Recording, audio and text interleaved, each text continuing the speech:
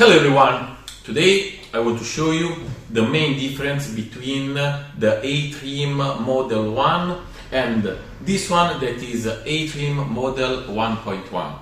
So the first thing that you can see that all parts are 3D printed. The main block is all made of 3D printed parts, and in additionally we made an improvement to align the x-axis, so this one with this one, to make it perfect perpendicular, so that it will be completely 90 degrees the x-axis and the y-axis.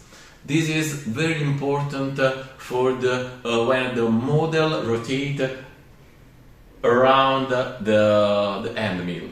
So the second big difference is that now the adjusting of the working plate is made using these 4 screws that are on the 4 corners of the base plate of the trimmer. In the same way of the previous model, we need to calibrate the machine before to start using it. So we have here the calibration plate. This wall that is used to calibrate the x-axis, this other wall to calibrate the y-axis, and then we have the working plate to calibrate the z-axis. Now we will go close to the machine and we will make one by one all the process. First of all, we need to adjust the alignment of the x-axis, this one, and the y-axis using the tip of the end mill close to the wall rotary block. Second step is to calibrate to make the working plate flat and completely perpendicular according with the tip of the end mill. And after this we can calibrate the z-axis, the y-axis and the x-axis and store all the offset inside the machine. In the same way of the previous model, we use the calibration plate to calibrate the x offset, the y offset, and then we use the main plate to check the z offset. So now we go close to the machine and learn how to align the x-axis according with the y-axis, adjusting the 4 screws that are at the base of this rotary block. So after this we make the calibration of the working plate to make it completely flat according with the end mill that will work on the model. So let's go close and do all the steps one by one. When you receive the trimmer, this the rotary axis is not connected to the plate that is under it. So what you have to do, the first things is to put the 4 bolts and 4 nuts that are under it, and here you can see that the main block is moving. Now we have to make one simple procedure, is that to check that the end mill is equal when it touches this part of the wall and this part of the wall. So how to do it? We move the x-axis manually, going closer to the wall, and also the z-axis moving manually until it touches. When it touches, we are okay and we need to block the x-axis, and I will show you how to do it here to the main screen. Okay, now what you have to do is to block the motor of the x-axis. So we go to menu, then we go to movement, then to move again, and then we just press on the red arrow on the left to block the motor of the x-axis. What you have to do is to check that between the tip of the end mill and the wall of this of the block of the rotary axis, there is just a little space using a piece of paper. So you put a piece of paper here and you move the x-axis with minus again with the red arrow close to the wall until it scratches. Okay, now you see that it scratches a little bit.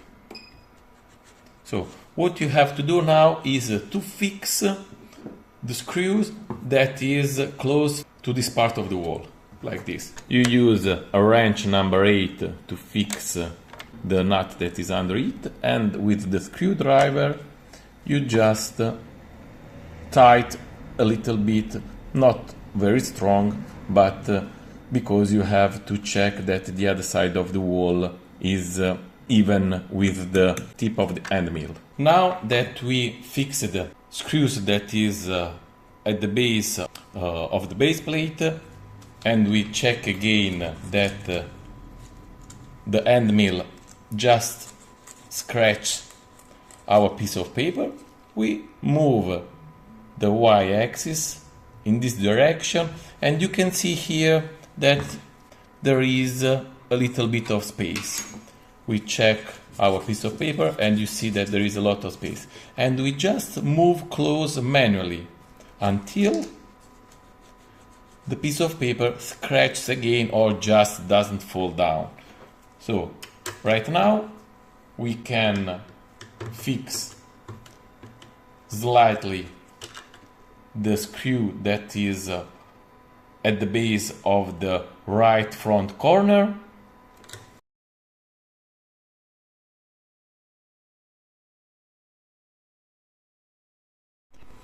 And now what you have to do is just to check that it slightly scratches the end mill, this part of the wall, and also this part of the wall. After this, we calibrate the working plate. Okay, now we are going to calibrate the working plate to make it completely flat. So according that the end mill touches this point, this part of the plate in the same way that it touches this part, and this part of the working plate. So how to do it? We move manually the x-axis and we go down with the z-axis until we touch a little bit the base of the plate. Now we have to block again, but not the x-axis, but the z-axis to calibrate the plate. Let's see how to do it. Okay, now we need to block the z-axis. Again, move, movement, move again, and then we can use the arrow, the blue arrow, this one on the left or this one on the right, that is 0.1, to block the z-axis. Now, in the same way of the x-axis, after we block the z-axis, we use a piece of paper to check that it slightly scratch the piece of paper. And now we move manually the y-axis and the x-axis to check that in all the four corners of the plate is even. So here we can see that we use this screw to make it a little bit up, and so we turn a little bit unclockwise until it scratches a little bit more. Okay, so now we go on the right corner. Let's see if our piece of paper goes under it, so it doesn't go. So in this way, in this case, we tight a little bit the screw until the paper pass under the end mill. Okay, like this. You see that there is just a slightly scratch. Now we go back at this part of the corner, at this other corner. So we have to tighten also this other screw.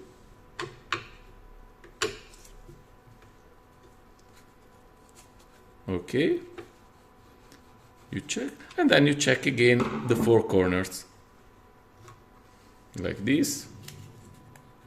You see that it scratches a little bit, here, scratch a little bit, and here, again, a little scratch. Right now, we have the y-axis and the x-axis completely 90 degrees, and we have the working plate completely flat. After this procedure, we only have to store the offset of x, y, and z axis.